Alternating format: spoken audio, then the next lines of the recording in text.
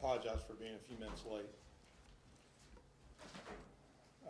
Thank you all for coming. This is a difficult day for me and our agency, and I ask you to bear with me.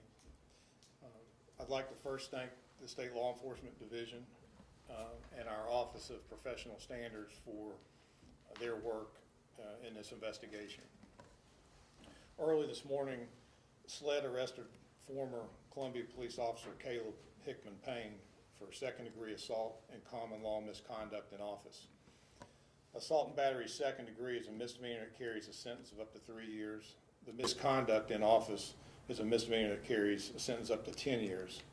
The arrest stems from an incident that occurred on January 31st of this year during the arrest of a female for an active CPD bench warrant. The officer, as I stated, is Caleb Hickmon-Payne, Hickmon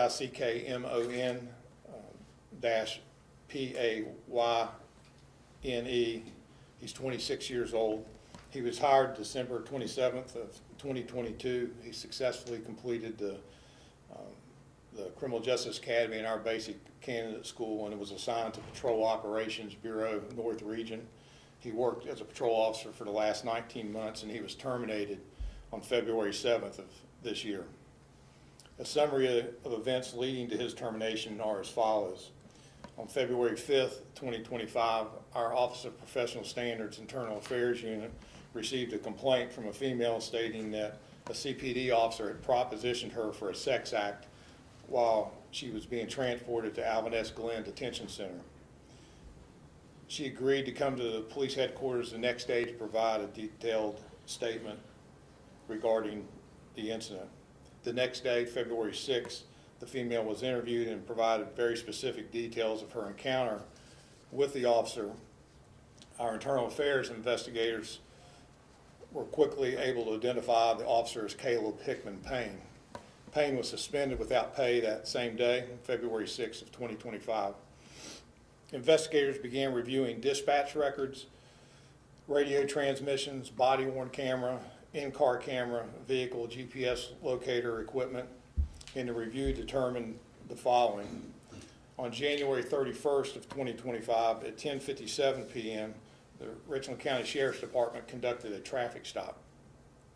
A female passenger in the car had an active CPD bench warrant. Officer Hickmon-Payne responded to that location where the traffic stop occurred and took custody of the female in order to serve the active warrant and transport her to jail. Hickmon-Payne took custody of the female at 11:59 p.m. and he departed the scene of the traffic stop for headquarters. The reason he left the scene, came to headquarters first, was to pick up the warrant and complete the paperwork. That drive from the traffic stop to headquarters was about 8 minutes. At approximately 12:36 a.m., February 1st, on into the next day, Hickmon-Payne left police headquarters for Alvin S. Glenn Detention Center with the female prisoner. Hickmon-Payne did not proceed directly to jail.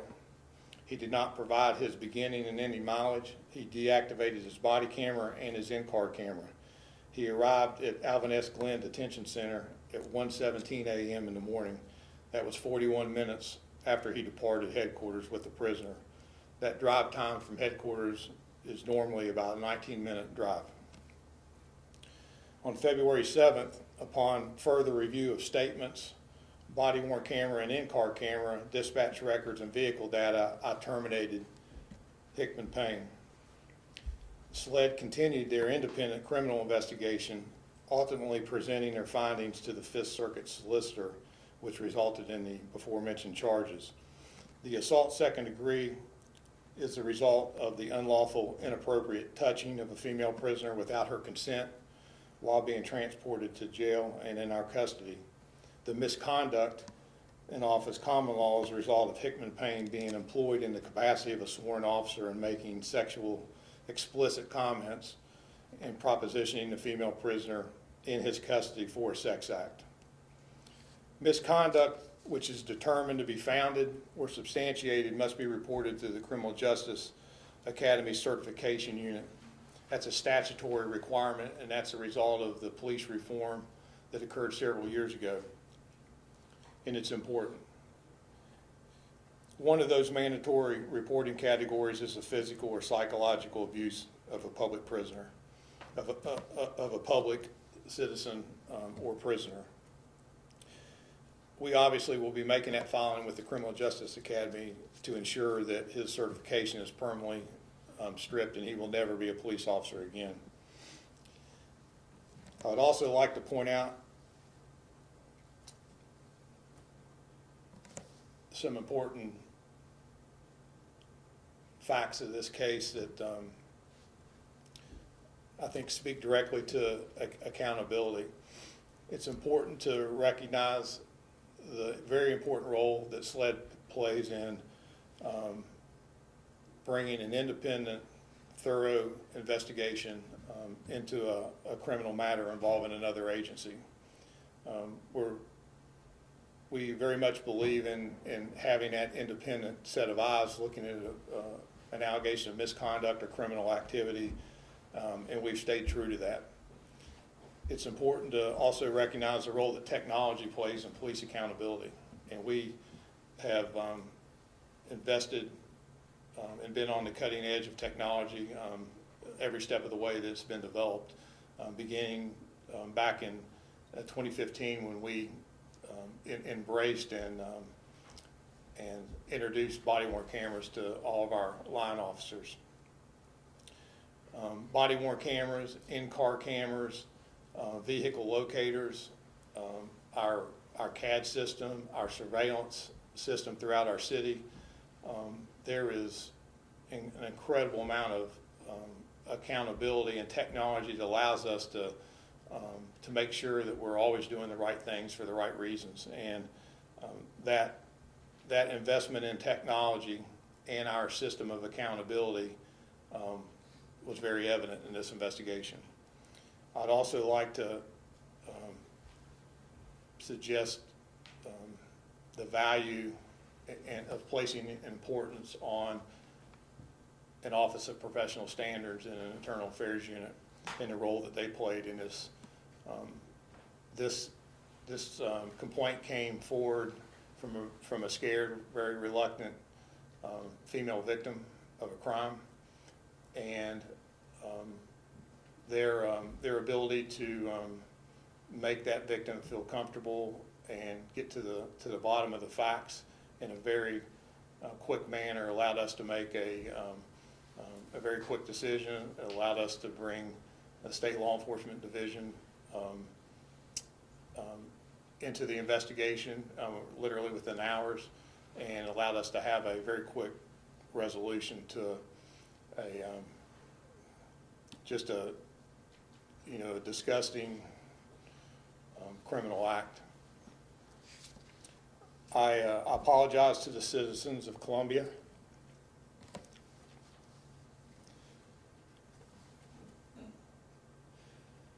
I apologize to everybody that wears this badge and represents our profession with such honor and courage. And I can assure you that this does not represent the outstanding men and women that make up the rank and file of this department. We're a department that demonstrates professionalism, accountability, fairness, impartiality, constitutional policing every single day. We have a culture of excellence here, and we're not going to allow this moment to impede our progress. We know that each day is an opportunity for us to strengthen trust and the confidence from our citizens, and we know we have serious work to do to restore this breach and that trust, but I'm telling you, we will work every day to make sure that happens. And again, I'm sorry to stand here and have to talk about something like this. I'll take a few questions. Would you mind going, I'm sorry. So he didn't provide the mileage or the start and end points. I'm sorry? He didn't provide his mileage or the start and end points from headquarters to He did not. Were you able to track then, go back and look at where he went? Yes. Where did he go? Absolutely. That's part of the criminal investigation, so we're not going to give specifics other than I'm certainly acknowledging that, again, it's an average 19-minute drive, and his trip took 41 minutes, so he obviously stopped along the way. We know that. We know where he stopped. But to my point, with similar lines, the accountability aspect of all these features, gadgets almost, if you will, that the Columbia Police Department has in place so incidents like this don't happen, would you mind kind of talking about just the barriers? And you mentioned them already, that he kind of had to overcome to be able to do this act. You said turn off the GPS and a few others. Well, he didn't overcome anything because he got caught. Not only did the technology prove itself and allow us to get to the bottom of what happened very, very quickly. So I don't know that it necessarily failed. He did, take some steps to try to, impede that technology. But again, there's redundancy in how we're able to track officers' movements and where they go, whether that's equipment on the car or surveillance cameras, that are throughout our city, and cameras that are at businesses and homes. I mean, there's just a lot of ways that we're able to track movements of anybody for that matter. So that technology played a very important role in this. Have you looked at transports by the officer in the past to see if this situation has happened before? We have. That's a great question. Again, he's been in patrol for 19 months. He has made a total of 198 arrests. In that time, 56 of those were females and 142 were males. And we have reviewed those arrests. We are continuing to work with SLED to determine if there's been any other indicators in those reviews that would indicate deviations from standard protocols. We have not found any at this point. And for females who live in this community, what do you have to say to them if they're afraid now to be arrested by a male officer? Well, I would say this does not represent us.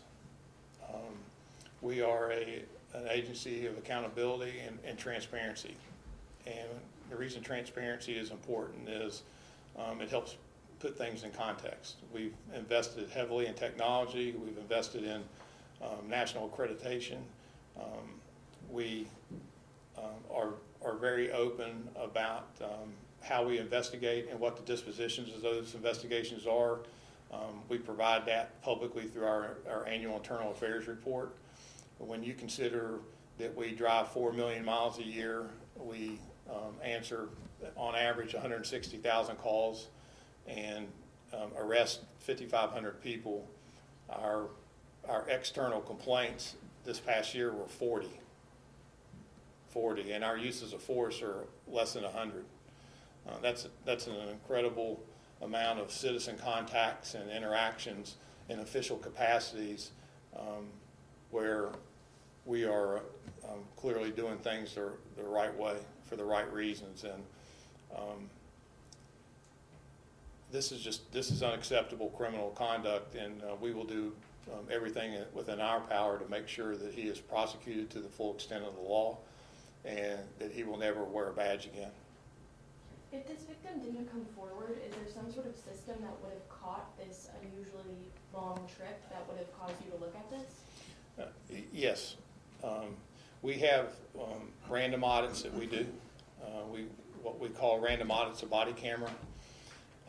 And we do audits of listening to radio traffic and things like that. So, I can't say with certainty that it would, but we certainly have processes in place that do cause us to do random pulls and check for accountability, how we're talking to the public, are we following policy and procedure, and then of course just the direct supervision that we have in the field is also a checks and balances that are in place. And are the body cameras always recording? They, by policy, they're required to be recording anytime we're engaging the public. So that is one of the egregious violations that he did, was deactivate that while he was in contact with public. Thank you all very much.